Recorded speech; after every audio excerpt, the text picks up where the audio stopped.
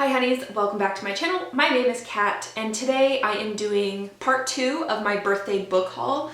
These are all books which I thrifted, so they are between $2 and $4 Australian dollars, and today we are doing horror, thriller, fantasy, sci-fi, short stories, illustrated, and romance. I think we have about 24 books to get through. Other genres such as fiction, non-fiction, and a few others were in part 1, which I will leave linked down below. So without further ado, let's go ahead and get started. So let's kick this haul off with probably my favorite category, which is horror / dark books. So of all the ones that I hauled, one of them I've already read. This is Exquisite Corpse by Poppy Z. Bright. The old pen name of modern American author Billy Martin.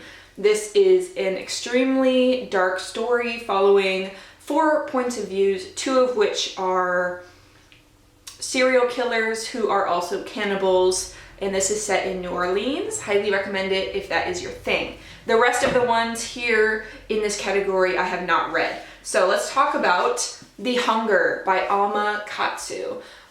I'm pretty sure this is like Great Plains, Oregon Trail type vibes, only instead of everyone getting dysentery and dying, instead I think zombies, cannibalism, virus. I'm not sure. I don't want to know. I just want to read it and be scared. And I've also never read a horror set during that time. So I am very excited about this one. I also got Monster Love by Carol Topolsky. I'd never heard of this before. Apparently this is a couple who have a baby, and the neighbors are starting to become very concerned because they haven't seen the baby in a while. So from what I read on Goodreads, people either think it's really creepy and great because they can stomach, I assume, what is maybe some family violence, or they hate it so much because of that. So we'll see which side I land on. A pretty popular one that I picked up is Heart-Shaped Box by Joe Hill. I've never read anything by Joe Hill, but I have seen this one recommended by quite a few horror booktubers that I follow, so I trust their opinion. So this is about a man who collects the macabre. So he collects a Cannibal's Cookbook, A Witch's Confession, authentic snuff movie, and he decides that he's going to buy a ghost that he sees someone selling on the internet, and things go from there. So I hope that it's as good as everyone says it is. If you've read this, let me know what you thought down below, because out of all of these books, I'm just so excited for probably the dark and horror ones, if we're being honest, because I'm just looking for that next weird, creepy thing. Speaking of weird, creepy thing, this is Rosemary's Baby, which I'm surprised I haven't read. I know it's a classic, and I don't think it's necessarily that the baby is creepy, correct me if I'm wrong, but the neighbors of the couple start to get this really weird fascination with the baby, and then I think dark things happen from there. So I'm very intrigued about this one. If you've read it, let me know what you thought. I'm also intrigued that there's an intro by Chuck Palahniuk, who is a very chaotic author. So yeah, I'm definitely excited about this one and really glad that I found it, and it was like $3. Next up is one by Christina Henry, who writes fairy tale retellings that are quite dark, and I really love her writing style. So I've read a Peter Pan retelling and a Red Riding Hood retelling by her, and this is Red Queen, which is the second in the Alice series. So I figured I would pick this up, and then I'll either have to read Alice on Kindle or see if I can find it at an op shop. And the next one I picked up is a classic. I wouldn't normally, but the cover is giving me life. This is Ghost Stories by M.R. James. Can we just appreciate this cover? Like, it has little demons or ghouls on it, and it's just stunning. So I will probably pick this up for Halloween, and I'm really happy that I found it. And the last one in the dark / horror category I got is Ring by Koji Suzuki. I was thrilled that I found this in a store because I have Spiral by him, which is Spiral is number 2, so this is number 1. So now I can read 1 and 2, and I'm very excited. I'm also a little nervous because I hope it lives up to the hype. So if you have read Ring, let me know if it's as good as I think it's gonna be. I want to be scared, and I want some Japanese atmospheric creeping horror, if you know what I mean. Japanese writing, I love when it's not overt. I love when it's just like slowly they're weaving this web and then suddenly you're in the midst of this terrifying situation. So I'm hoping that that's what happens in here. Next, let's do mystery thriller, and here I have two. First up is The Earthquake Bird by Susanna Jones. This I was interested in because I have seen the movie, which was certainly an experience. So we're following a young English teacher who is working in Tokyo, and she becomes the lover of this photographer who seems really mysterious, and she can't really pin his actions down, and things go from there. And I thought the movie was just so interesting and also kind of haunting, kind of fuzzy. It felt kind of like you're drunk while watching the entire movie. So I'm really intrigued to see what this is like. And also it's written by someone who did work in Japan as, I believe, an English teacher. And I've also worked in Japan as an English teacher. So I'm expecting to find this really interesting. And I hope that it kind of gives me the vibes that the movie gave me. I do recommend the movie if you're looking for something atmospheric, haunting, and a little weird. And then I also have In a Dark, Dark Wood by Ruth Ware. I read Turn of the Key, which I thought was okay. I think I gave it 3 or 3.5 stars, but I did really enjoy her writing style and her pacing. It was more like the plot and the twists that I had a problem with. So I'm hoping to give this a go. I know nothing about it other than that it's a Ruth Ware, and I believe it's her backlist. So yeah, it's 2015. So I'm really looking forward to this. If you have read this one, let me know if you thought it was better or worse than The Turn of the Key. All right, next I'm gonna get into sci-fi. So I don't often read sci-fi, so 2 of these in here I have already read, and 2 of them I want to read. So the 2 that I've already read, this is Frankenstein by Mary Shelley. I just collect different editions of Frankenstein because it is one of my favorite classics of all time. So I just thought that this was a super cool edition, and it even has another eye on the back. So that's why I got that one. I also picked up Robopocalypse by Daniel H. Wilson, who is an American Indigenous writer. And I read this so long ago, but it was so fascinating. So this is set in a world where basically exactly what you'd think would happen happens. Robots take over and humanity is driven underground and into spaces where robots can't reach them.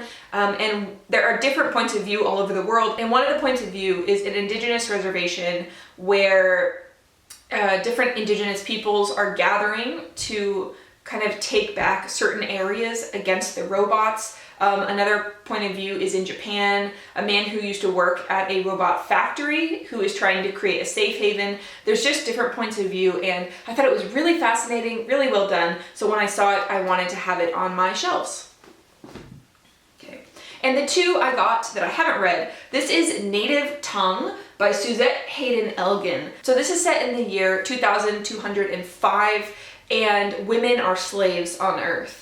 And we're following 2 women, one who is a linguist and one who is a rebel fighter. And they create this language just for women. So women are learning this language so that they can take back control of society. And I have heard that this book does excellent things with linguistics and language. And I'm really interested to see how it plays out in feminist sci-fi, because all too often for me, the reason I don't like more, I guess, classic or older sci-fis is a lot of the male gaze and just misogyny. So I'm really intrigued by this, and I hope it's not too dense. If you've read this, let me know what you thought, because I'm a bit nervous to get into heavy sci-fi, but I think if I was gonna like anything, this would be the one. The other sci-fi I got is Diabolic by S.J. Kincaid. This is a YA sci-fi about diabolics who are ruthless, I think, assassins who are trained to protect certain people. So the one that we're following is protecting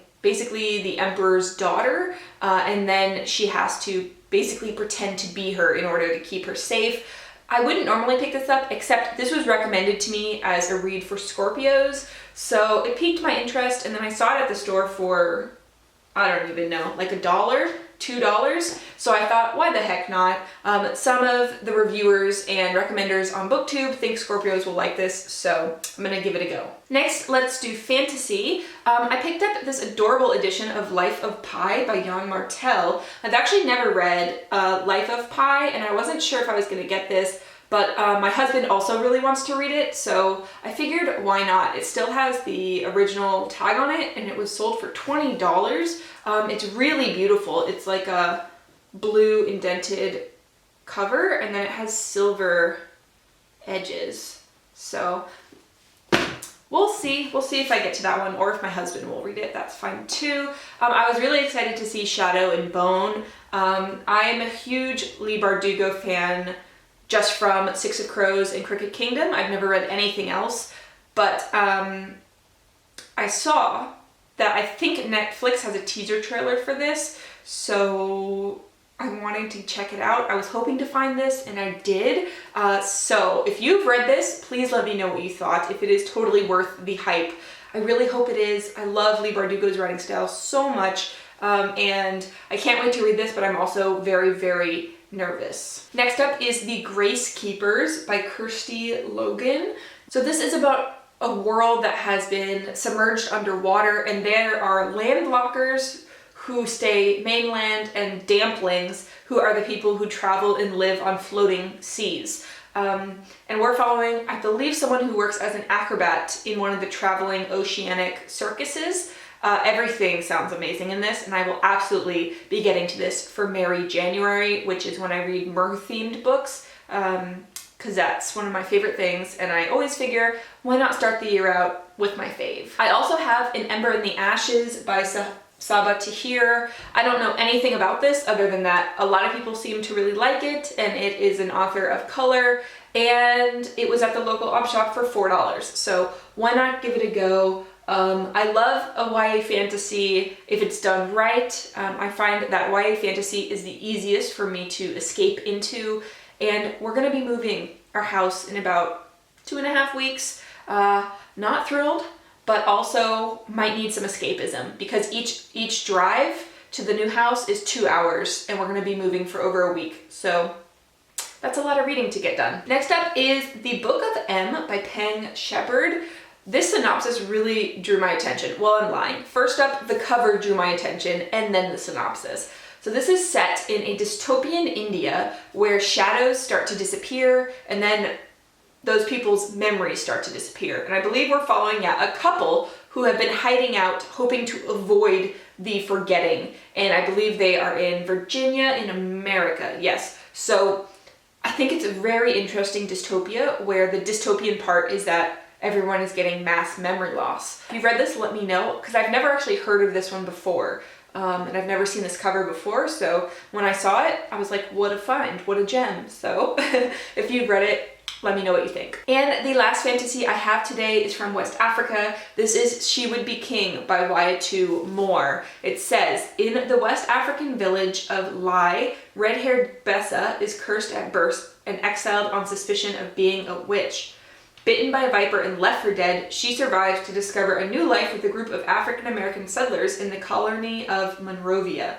Then Gebessa meets two extraordinary others. June Day, a man of unusual strength, born into slavery on a plantation in Virginia, and Norman Aragon, the child of a white British colonizer and a maroon slave from the Blue Mountains of Jamaica, who can fade from sight at will. Soon all three realize they are cursed, or perhaps gifted. Together they protect the weak and vulnerable, but only Gebessa can salvage the tense relationship between the settlers and the indigenous tribes. So this says, it is a tale of history, magical realism, and resistance.